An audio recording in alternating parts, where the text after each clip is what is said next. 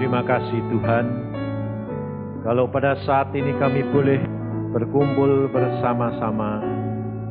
Kami hendak mendengar apa yang menjadi pesan-Mu di dalam hidup kami.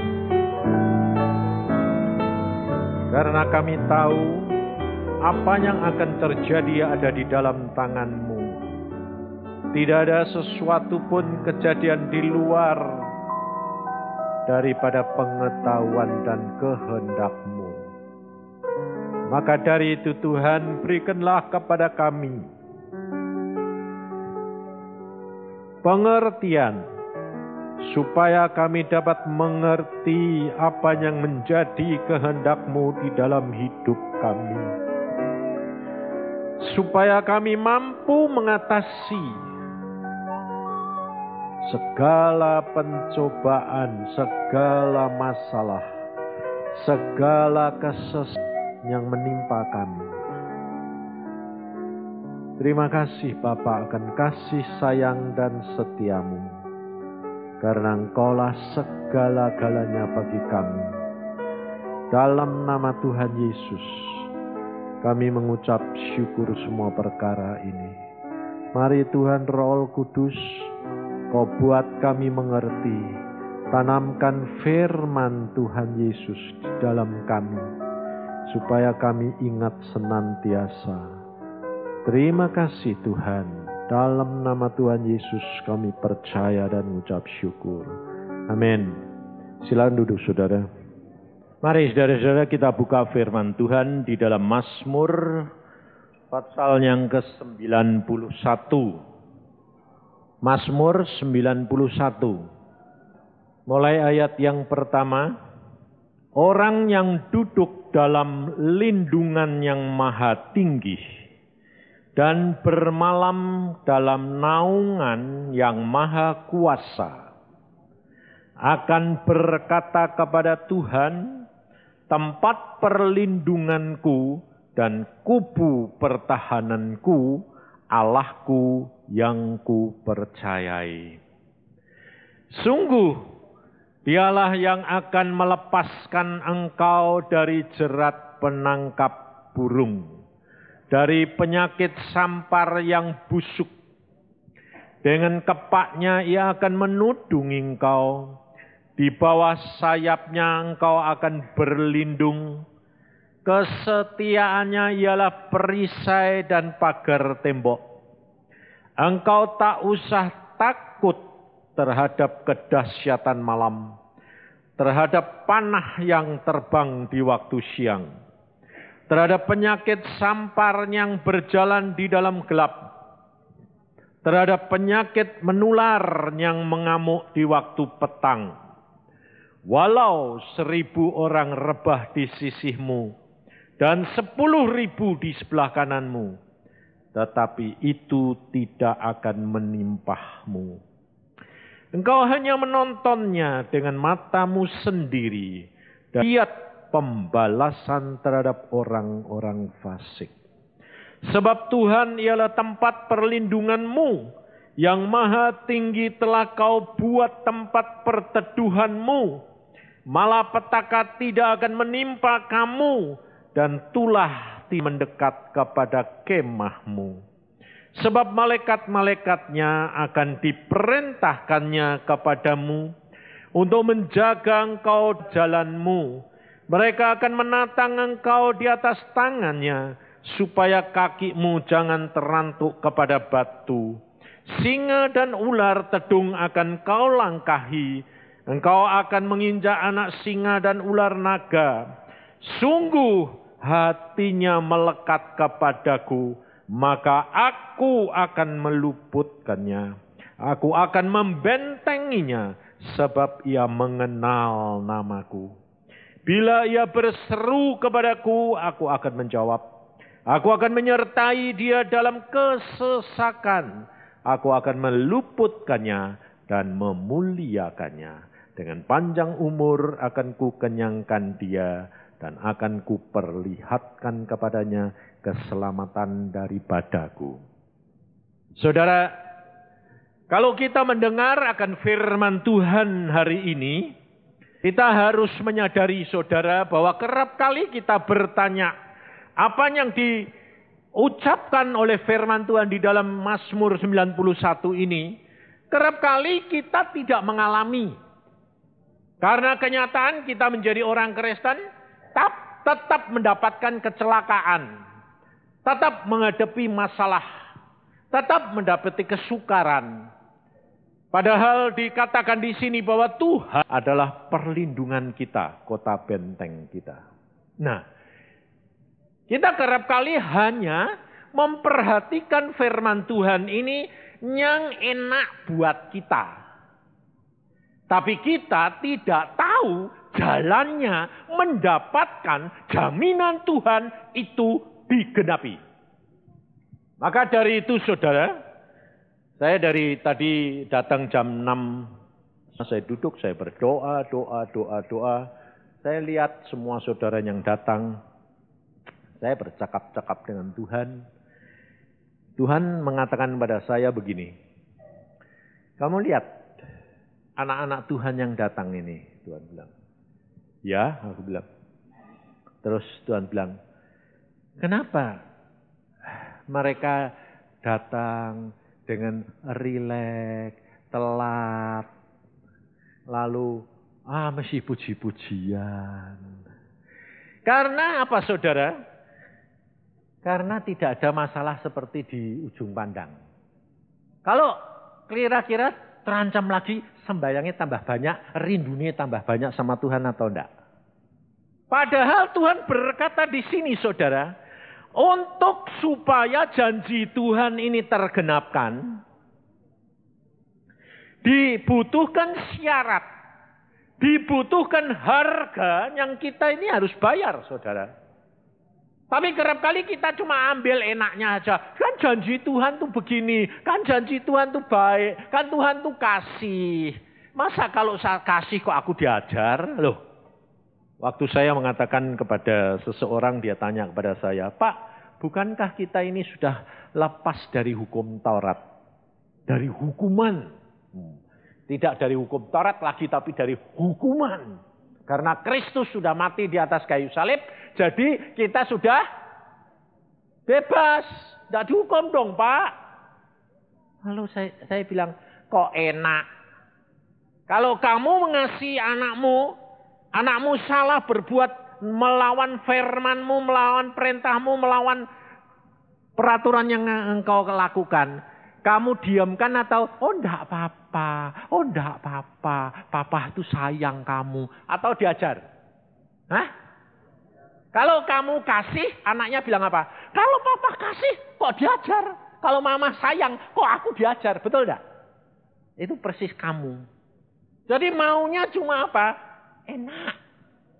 Tidak mau diajar. Saudara tahu tidak? Akibatnya seorang anak yang tidak pernah diajar, waktu kecil dididik, diberi pengertian, dimarahi. Gedenya jadi apa? Pak Yohan bilang, jadi preman. Karena sudah kebiasaan kepingin merintah terus, saudara. Jadi tidak mau dia diperintah, diberitahukan apa yang jelek, apa yang benar. Tidak. Apa yang dia mau itu yang benar. Maka dari itu saudara, kita harus belajar. Alkitab berkata, kalau engkau adalah anak-anak Tuhan dan bukan anak-anak gampang, artinya anak-anak gampang itu anak apa toh? Anak manja. Anak gampang itu ngambil anak gampang itu loh. Asal kamu punya uang banyak kan ngambil, sekarang anak asuh banyak toh. Jadi tidak pernah dididik saudara. Tidak pernah diajar. Asal diberi uang saja. Kamu sekolah ya sekolah, mau jadi ya baik, tidak jadi tidak apa-apa. Tidak ada. Dan Tuhan berkata, kalau engkau anaknya, kau akan diajar. Dan dia apa? Tidak cuma cukup diajar. Kata-katanya jelas sekali. Disesah. Kira-kira kalau disesah itu sakit tidak? Disesah, saudara. Dibiarkan sakit. Supaya kenapa kok dibiarkan sakit? Tidak lupa. Kalau saudara melanggar firman Tuhan cuma dikasih, balik jangan melanggar. Kira-kira lupa enggak kali berbuat lagi enggak anakmu? Tapi kalau sekali dia berbuat lalu kamu ajar, jedet lah. Lain kali ingat enggak? Hah? Anak saya Iin, Denny, sampai sekarang sudah punya anak, sudah menjadi khotbah. Sampai sekarang ingat kalau ada orang megang kemucing. Sebab pernah saya ajar. Saya ngajarnya enggak panggil kemucing saya sumputin gitu bapak-bapak ibu-ibu kerap kali itu sudah terus enggak. Saya kemucingnya begini, anaknya bang duduk nonggeng pantatmu jebles. Jadi seumur hidup ingat. Saudara, dan dia tidak akan berbuat lagi. Jangan dikira kalau Allah itu mengajar saudara dan saya itu Allah kejam. Allah tidak sayang, justru dia sangat mengasihi kita. Karena kalau saudara dan saya tidak mengalami pengajaran Tuhan, saudara tidak akan mengenal kasihnya Tuhan. Kapan saudara tahu bahwa saudara itu dilindungi Tuhan? Tuhan menjadi bentengmu, Tuhan menjadi pagarmu, dan orang tidak akan dapat menjamah engkau. Kalau ada masalah, betul enggak? Kalau ada kesulitan, kalau ada penganiayaan, semua kena, kita enggak kena. Waduh, kita bilang apa? Puji Tuhan. Tapi untuk itu terjadi, saudara, ada harga yang saudara bayar pada waktu apa? Coba lihat. Di dalam Mazmur 32. Supaya kita belajar benar-benar. Karena jangan dikira saudara bahwa semuanya ini tenang-tenang. Oh, Indonesia ini bukan tenang, gawat. Firman Tuhan, pernyataan-pernyataan Tuhan sudah menyatakan. Hanya orang-orang anak-anak Tuhan yang sungguh-sungguh hatinya melekat kepada dia dilepaskan. Karena pasti terjadi. Perhatikan saja nanti akhir tahun ini dan tahun depan. Pasti terjadi. Maka dari itu saya dikirim ke sini. Saya sudah 3 tahun setengah tidak muncul loh. Jangan, sudah lama loh. Saya ini tidak berdiri di mimbar ini lama sudah. 3 tahun setengah. Setelah 3 tahun setengah Tuhan berkata, sekarang kamu keluar. 3 tahun setengah di rumah cuma suruh banyak berdoa 5-6 jam satu hari baca Alkitab. Kerap kali dari jam 3, jam setengah 3 sudah dibangunkan, ayo sembahyang terus. Tuhan bilang. Saya bilang oke. Pikir saudara kerap kali kalau mengatakan, wah kita mesti sembahyang. Wah Pak Yusa sembahyang terus dari setengah 3 sampai jam 7, setengah 8. Itu mestinya dapat apa-apa. Kadang-kadang tidak dapat apa-apa saudara. Jangan dikira lalu wah senang cerita-cerita. Enggak. Kadang-kadang Tuhan ini diem aja. Sampai saya bilang, loh Tuhan kue kok diem? Kalau saya bilang, loh Tuhan kue kok diem? Jawabannya, apakah itu hamba yang setia, mateng? Jadi yang dituntut oleh Tuhan, lakukan bagianmu dengan setia. Bagiannya Tuhan. Tapi bagian saudara harus engkau lakukan. Lihat di dalam Mazmur 32 ini ayat 6. Perhatikan saudara. Ini yang Tuhan mau supaya saudara perhatikan dan tanam di dalam hatimu semasa tidak ada masalah. Semasa semuanya tenang. Sebab Alkitab sudah berkata pada waktu semuanya tenang, saat itu tiba-tiba datang. Baik Tuhan datang, baik malapetaka datang, yang saudara tidak pernah duga-duga. Di dalam Mazmur 32 dikatakan ayat 6. Sebab itu hendaklah setiap orang saleh berdoa kepadamu Tuhan. Selagi engkau dapat ditemui. Sesungguhnya pada waktu banjir besar terjadi itu tidak melandanya. Kapan banjir besar itu tidak akan melanda? Kalau saudara sudah bayar, berdoa, menemui Tuhan. Pada waktu tidak terjadi apa-apa. Tapi saudara menjadi orang Kristen kerap kali apa? Kalau tidak terjadi apa-apa, tidak doa. Doanya sebentar. Kalau nanti terjadi apa-apa, doanya panjang sekali. Jadi kira-kira Tuhan senang punya masalah, kamu punya masalah apa enggak? Sekarang tak tanyain logikanya. Tuhan ini rindu kamu. Senang kalau kamu tuh duduk diam, duduk cakap-cakap sama Tuhan, merenungkan cintanya Tuhan. Berlama-lama. Tapi saudara tidak mau. Tapi kalau dikasih masalah, lalu saudara nongkrong terus. Kira-kira Tuhannya seneng ngasih masalah apa enggak? Hah? Jadi yang ngundang masalah Tuhan atau kamu? Ini loh saudara, kerap kali kita itu tidak nyadari. Saya ngalami sendiri. Kalau justru tidak ada apa-apa, itu doamu genjot. Sebanyak-banyaknya. Ya, sedang sepi, tidak ada apa-apa. Sekarang cuma contohnya zaman sekarang. Dagang repot. Betul lah.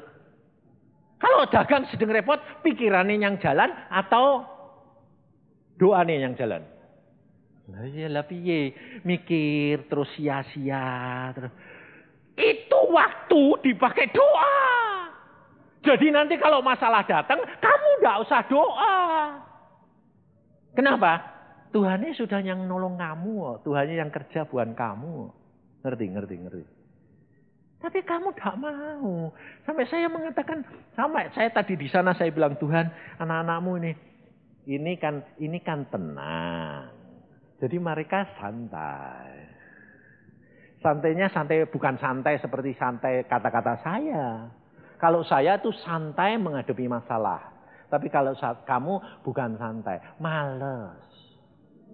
Makanya kalau nanti ada masalah, waduh, saya biarpun di rumah, biarpun saya tidak menginjil, setiap hari itu telepon itu dari, kalau pagi itu jam 5:30 sudah mulai mendering. Dari Jakarta, dari Surabaya, dari Semarang, dari Salatiga, dari mana-mana, dari Jambi, dari Medan. Aduh, aku bilang, Tuhan, ini orang apa?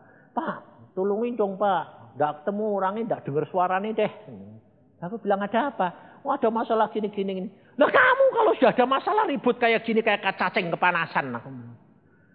Kalau tidak ada apa-apa, kalau saya tidak terima telepon, berarti tenang itu.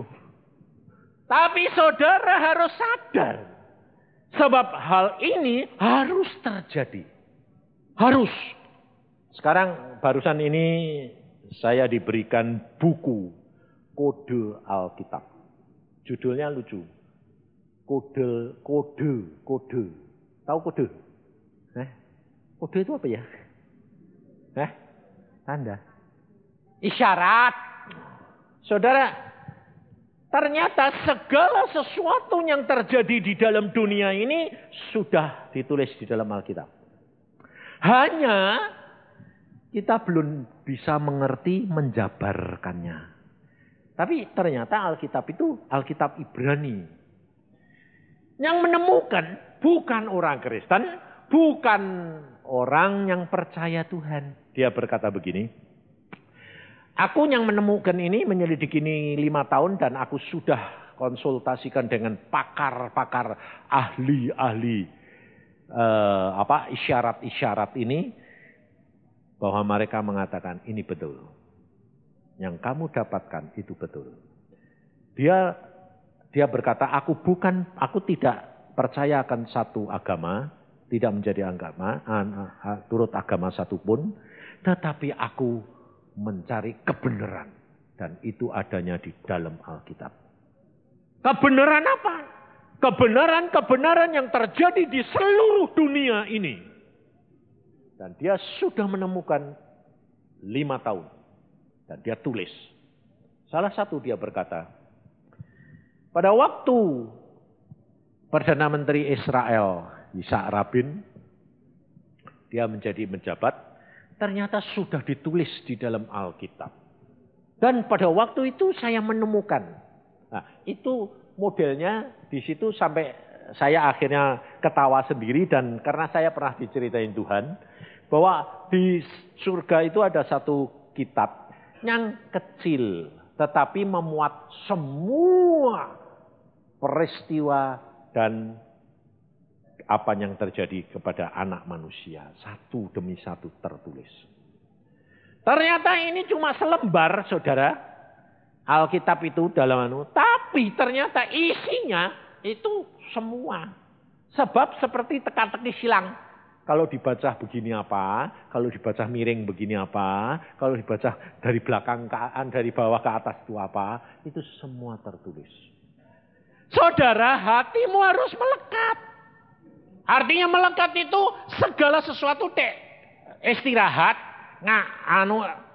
senggang atau tidak sedang memikirkan apa-apa, mikir Tuhan Yesus. Itu yang dinamakan hatinya melekat. Makanya tidak pernah khawatir. Saya itu kalau mau tidur, tidak pernah saya bayangin apa-apa besok apa atau tadi apa, tidak pernah saya. Saya kalau mau tidur masuk di kamar tidur, kepala di bantal, saya bilang gini, Tuhan Engkau itu baik, Engkau itu luar biasa. Aku tidak bisa hidup tanpa Engkau. Engkau itu segala-galanya bagiku.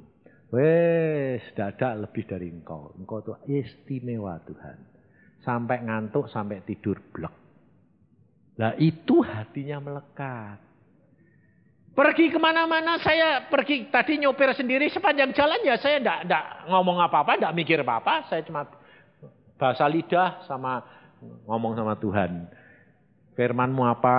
Anak-anakmu bagaimana? Engkau itu baik kok ya Tuhan. Engkau itu baik kayak gini. Kok manusia itu enggak mau mengenal Engkau, kenapa sih Tuhan? Jadi kerap kali nanti kalau sudah Tuhan ngobrol sama saya itu. Oh enggak terasa saudara jam-jaman sudah hilang. Tuhan tuh seneng diajak ngomong. Makanya anak-anak saya kerap kali kalau saya naik mobil, dia bilang, "Lupa, kau itu ngomong sama siapa? Sama Tuhan." Oh, itu harus dilatih, saudara. Sebab saat-saat tertentu, engkau menghadapi apapun, dia segera menjawab. Dia melepaskan engkau dari kesesakan. Sebab kita hidup di dalam dunia, tidak mungkin tanpa pencobaan, tanpa ujian, tanpa hambatan, tanpa kesesakan. Ini hidup kekristenan. Harus kamu bayar sebelum banjir besar datang. Supaya apabila datang, engkau rileks, santai, tidak usah khawatir, tidak usah takut. Ada ribut kayak apa, kamu tenang. Sebab dia bentengmu, dia perlindunganmu.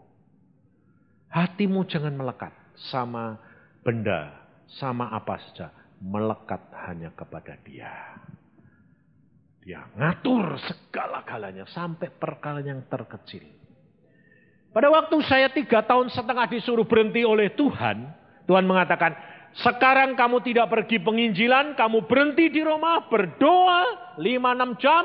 Dan duduk diam di rumah. Ini sempat mikir sebentar. Saya bilang, loh Tuhan, yang memelihara saya keuangan bagaimana?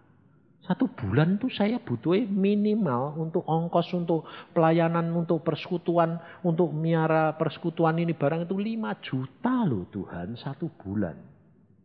Tuhan cuma ngomong gini, apakah aku kurang kuasa memelihara kamu? Oh enggak, aku percaya. Ya sudah, ya jalan. Dan saya tidak merasa saudara bahwa ini 3,5 tahun sudah selesai. Dan ternyata selama 3,5 tahun saya menikmati tidak pernah kekurangan. Bahkan berlimpah. Pada waktu saya menginjil dapatnya berapa, sekarang saya duduk diem dapatnya lebih dari nginjil. Jadi enak pergi-pergi atau enak diem di rumah? Hah? Orang lain berkata, loh Pak, tidak pergi-pergi. Pendeta-pendeta datang ke rumah saya. Dia bilang, loh Pak, tidak nginjil. Tidak. Lah terus, Dia mau tanya sama saya, sungkan. Jadi ngomongnya gini, lah terus Pak. Lo terus apanya? Saya bilang, ya cuma sembahyang, baca Alkitab, berdoa, sama nungguin nyonya. Nggak itu Pak maksud saya. Lah apa? Kebutuhan rumah tangga. Oh duit, aku bilang gitu. Sungkan aku minum. Nggak kurang. Loh, masuk Pak?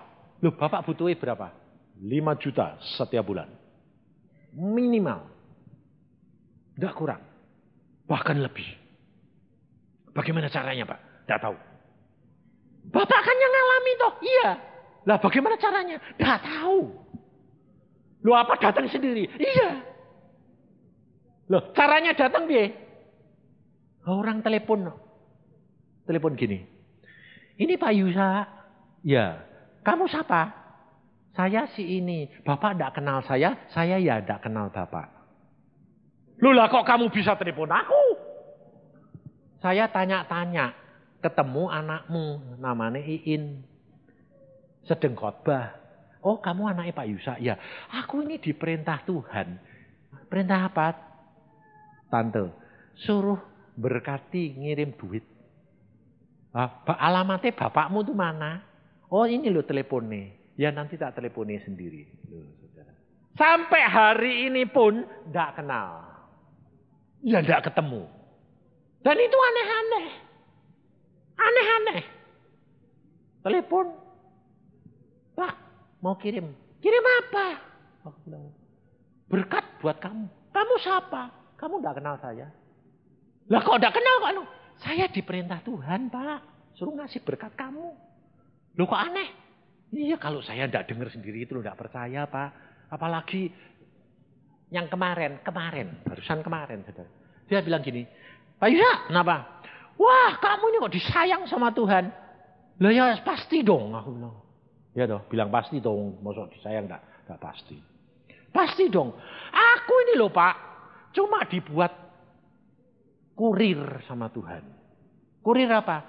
Ada orang ngasih berkat saya 5 juta. Waktu saya terima, Tuhan ini milik siapa? Kamu cuma nerima salurkan lagi. Lalu bilang, berapa Tuhan? Semua. Kirim siapa Tuhan? Yusa Cipto. Aku ini cuma disuruh jadi kurir Pak. Nganterin. Jadi dia tanya, AC saya di bank, dimasukin. Oh, kamu ini kok disayang Tuhan. Jelas dong. Nah, Tuhan yang merintah aku suruh nongkrong kok. Dia bayari terus kok melihara. Orang nggak percaya, saudara. Tidak percaya. Istri saya sendiri kerap kali kan nggak tahu. Kalau kirim-kirim gitu kan nggak tahu dia. Dia bilang, yang kau punya duit nggak? Punya. Dari mana sih? Nggak usah tahu. Yang penting kamu butuh ada toh. Yang penting itu toh istri-istri gitu toh ya. Loh, betul enggak? Betul enggak? Heh? Apa kamu perlu tahu dia punya berapa? Yang penting ada, betul enggak?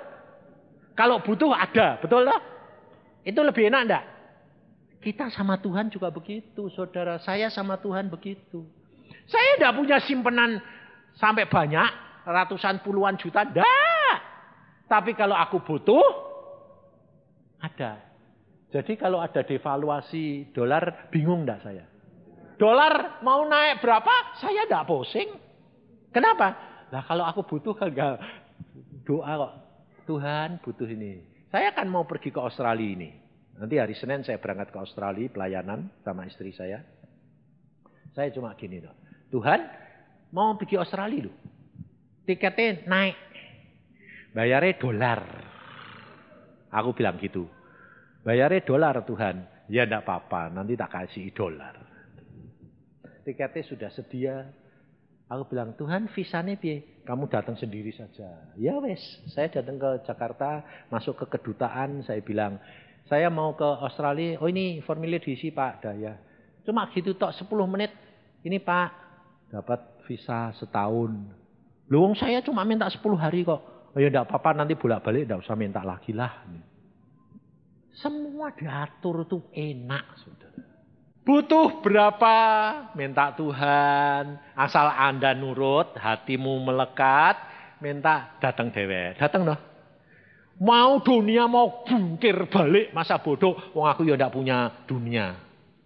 Tapi kalau kamu pikiranmu di dunia, pasti kamu memilih dunia, tapi tidak memilih Yesus. Jadi kalau ada dolar naik, tidak bisa tidur. Wah, pasti hatimu di dolar. Saya tidak pernah pusing, saudara. Kenapa? Karena dia berkata, aku akan melepaskan engkau dari kesesakanmu, dari apa saja. Karena dia membentengi.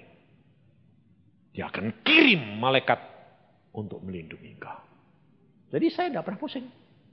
Tapi hatimu jangan melekat. Sebab saya pernah diuji sama Tuhan. Saya pernah diuji, saudara. Kapan? Pada waktu saya kepengen ganti mobil. Saya dulu pakai Mazda, sekarang pakai Gallon. Udah lama, sudah hampir 2 tahun. Saya ngomong sama Tuhan. Tuhan, aku sudah bosan sama Mazda sih Tuhan. Mau diganti mobil baru. Tuhan bilang, ganti ya ganti. Wah, demikian ganti ya ganti. Boleh. Wah, langsung model saya langsung cari apa ya? Nah, setelah itu saudara, berkat datang. Datangnya tidak sedikit-sedikit, saudara sudah dengar toh? Sekali datang 50 juta, 2 kali 30 juta.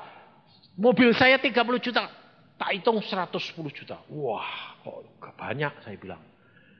Lalu saya tuh nyeletuk ngomong gini, kalau ini adanya ngasih 190 juta, jadi jumlahnya jadi 300 juta, saya beli Mercy baru yang 300e. Baru ngomong dari Jakarta. Pak, ini ada duit di depan saya 50 juta sama 190 juta. Kamu milih yang mana? Tak tanyai saya nih. Kue milih yang mana? Pasti milih yang 190. Karena pas, klop. Tapi untung saudara. Pada saat itu saya berdoa. Ini ujian.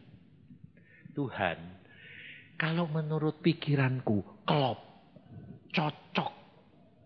Tapi kalau menurut engkau, maumu bagaimana?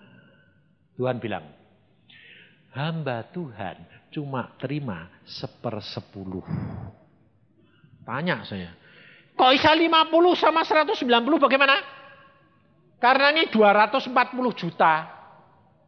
Jadi harusnya 24 juta 1/10, tapi aku ngasih 20%, jadi 48, tak bulet ke 50. Jadi tak bagi 2, 50 sama 190. Kan aneh tak?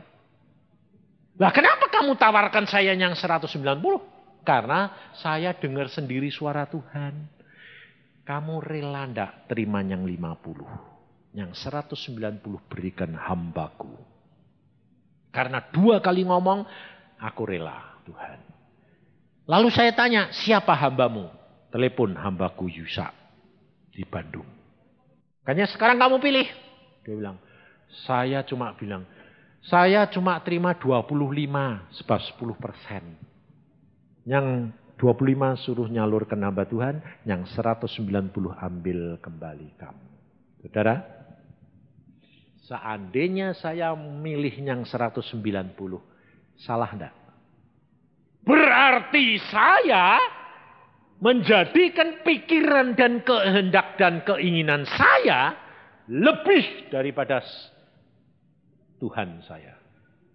Pada waktu saya bilang terima kasih Tuhan, aku ngambil yang 25. Saya dengar suara itu jelas sekali.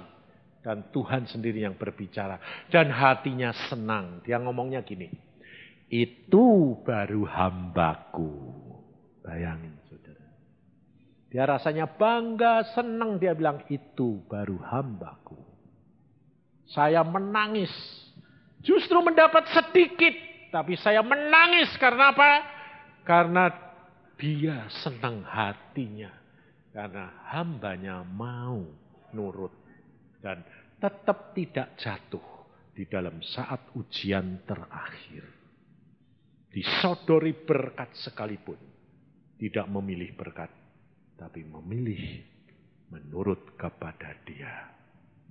Maka dari itu saudara, apapun yang terjadi, Tuhan beritahukan kepada saya. Dan Dia mengatakan, kamu berjalan bersama dengan aku. Kemana saja kamu berjalan bersama dengan aku. Apapun yang terjadi, tidak usah kamu takut. Karena aku beserta dengan kamu. Ini maksud Tuhan. Supaya saudara itu tahu bagaimana menjadi hati yang melekat kepada Tuhan. Belajar ngomong. Setiap saat sebut nama Yesus. Sebab Alkitab berkata, karena Dia mengenal namaku. Firman Tuhan, bukan saya. Sungguh, ayat 14, hatinya melekat kepadaku, maka aku akan meluputkannya. Aku akan membentenginya, sebab Ia mengenal namaku. Sebut setiap saat, setiap hari. Di mana saja kamu berada. Sebut nama Dia. Karena engkau dan saya mengenal akan namanya. Dan itu yang akan membentengnya. Dan membuat engkau kuat. Mari kita berdoa. Tuhan, firman-Mu sudah hamba sampaikan. Engkau melihat anak-anak-Mu di tempat ini, Tuhan. Ampuni anak-anak-Mu karena saat-saat ini sedang di dalam situasi yang tenang, sehingga mereka agak lengah. Tuhan, kami mohon belas kasihan-Mu. Engkau ingatkan kepada mereka. Engkau utus hamba-Mu ke Cirebon untuk mengingatkan kepada mereka. Karena kami tidak tahu apa yang akan terjadi. Bulan-bulan yang akan datang ini. Ataukah tahun depan. Mengapa engkau tidak membiarkan dan memperbolehkan Cirebon mengadakan retreat? Engkau lebih tahu apa yang akan terjadi. Maka dari itu Tuhan, hamba-Mu mohon belas kasihan dan kemurahan daripada-Mu. Supaya anak-anak-Mu Engkau karuniai pengertian. Ingatkan senantiasa di mana dia berada, supaya mereka belajar menyebut nama-Mu, memanggil nama-Mu setiap saat di mana mereka berada. Menyebut nama-Mu karena Engkau dikenal oleh mereka. Nama-Mu dikenal oleh mereka, Tuhan. Sehingga pada waktu banjir besar datang, mereka menyebut nama-Mu dan Engkau membentengi mereka. Karena itulah yang hamba-Mu rindukan, Tuhan. Karena hamba-Mu tahu bahwa kami semuanya kepingin dekat kepada-Mu. Kepingin melekat kepada-Mu. Tapi tidak tahu caranya, Tuhan. Karena kami sadar bahwa tanpa Engkau kami tidak akan selamat. Kalau kami sudah diterjang oleh musibah, kalau kami sudah diterjang oleh masalah, baru kami berteriak-teriak kepada-Mu. Tapi hari ini Tuhan Roh Kudus ingatkan kepada anak-anak-Mu supaya setiap saat menyebut nama Yesus Kristus Tuhan. Setiap kali di mana mereka berada. Sehingga mereka terhindar karena Engkaulah benteng kami. Engkau perlindungan kami. Tuhan, apa yang harus kami lakukan sekarang ini? Oh Yesusku, berilah belas kasihan-Mu. Berilah anugerah-Mu Tuhan. Mari saudara kita bangkit berdiri. Koye kia karata shikiki kia karata sokoto koye keria kata syakata kaya karata sokoto. Kalau kamu rindu saudara, Kalau kamu mau, saudara, kamu angkat tanganmu. Bukan menghadap ke atas, tapi menghadap ke atas seperti orang minta kepada Dia. Ulurkan tanganmu, meminta kepada Tuhan dan sedia menerima dari Tuhan. Kamu katakan, Tuhan Yesus, aku mohon kemurahan daripadamu. Supaya Engkau ingatkan aku senantiasa untuk menyebut nama-Mu dimanapun aku berada. Supaya Engkau membentengi aku. Karena aku mau Tuhan mengingat Engkau. Supaya hatiku melekat kepadamu. Sehingga aku berdoa senantiasa kepadamu. Oh Yesus, sikia karata syakata kaya karata sokotoko yekekia karata syakata. Tuhan, Kau dengar doa anak-anak-Mu saat ini. Tuhan, Kau dengar permohonan anak-anak-Mu saat ini. Yesus, sikia karata syakata kaya karata sokotoko yeketekeria. Tuhan, tidak ada yang dapat melepaskan daripada malapetaka, daripada segala perkara yang melanda dunia ini kecuali Engkau. Kami kerap kali khawatir tentang anak kami, tentang suami, tentang istri, tentang ekonomi kami, kesehatan kami. Tapi saat ini kami mau Tuhan, kami serahkan ke dalam tangan-Mu. Kami mau ingat nama-Mu Yesus. Sehingga Engkau yang membentengi kami. Karuniakan kepada kami anak-anak-Mu saat ini. Oh yekia karata syakata kaya karata su. Mari Tuhan Roh Kudus Engkau ingatkan senantiasa anak-anak-Mu saat ini. Supaya anak-anak-Mu ingat akan nama-Mu setiap saat. Belajar biasakan menyebut nama Dia di dalam hati dan pikiranmu. Sebut nama Yesus Kristus Tuhan. Jangan menyebut hanya Yesus saja. Yesus Kristus Tuhan. Engkaulah Yesus Kristus Tuhanku. Tuhan, aku mau rindu kepadamu. Yesus. Mari Tuhan, turunkan hujan berkat-Mu kepada anak-anak-Mu saat ini. Supaya anak-anak-Mu dapat menikmati kasih karunia-Mu, tuntunan-Mu, sehingga mereka boleh menjadi saksi-Mu. Karena kemuliaan-Mu nyata di dalam tiap pribadi. Sehingga mereka boleh menjadi kesaksian. Orang lain boleh melihat. Di dalam Dia ada nama Yesus Kristus Tuhan. Yang membentengi mereka. Terima kasih Tuhan. Akan kasih sayang dan setia-Mu. Karena Engkau memperingatkan kami. Menyiapkan kami untuk menghadapi apa yang akan terjadi. Dan kami tidak akan takut dan khawatir. Karena orang yang berharap kepadamu, mereka akan boleh melihat kelepasan, kebebasan, dan kemuliaan yang daripada Tuhan. Dalam nama Tuhan Yesus, terimalah. Haleluya. Amin.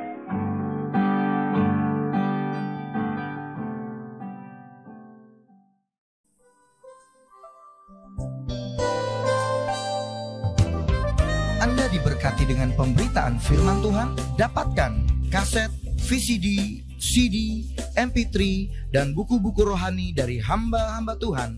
Evangelis Yusak Cipto, Pendeta Petrus Agung, Evangelis Iin Cipto, dan hamba-hamba Tuhan lainnya. Tersedia juga banner dan alat-alat tarian lainnya. Hanya di toko buku Bless to Bless. Bless to Bless. Bless to Bless.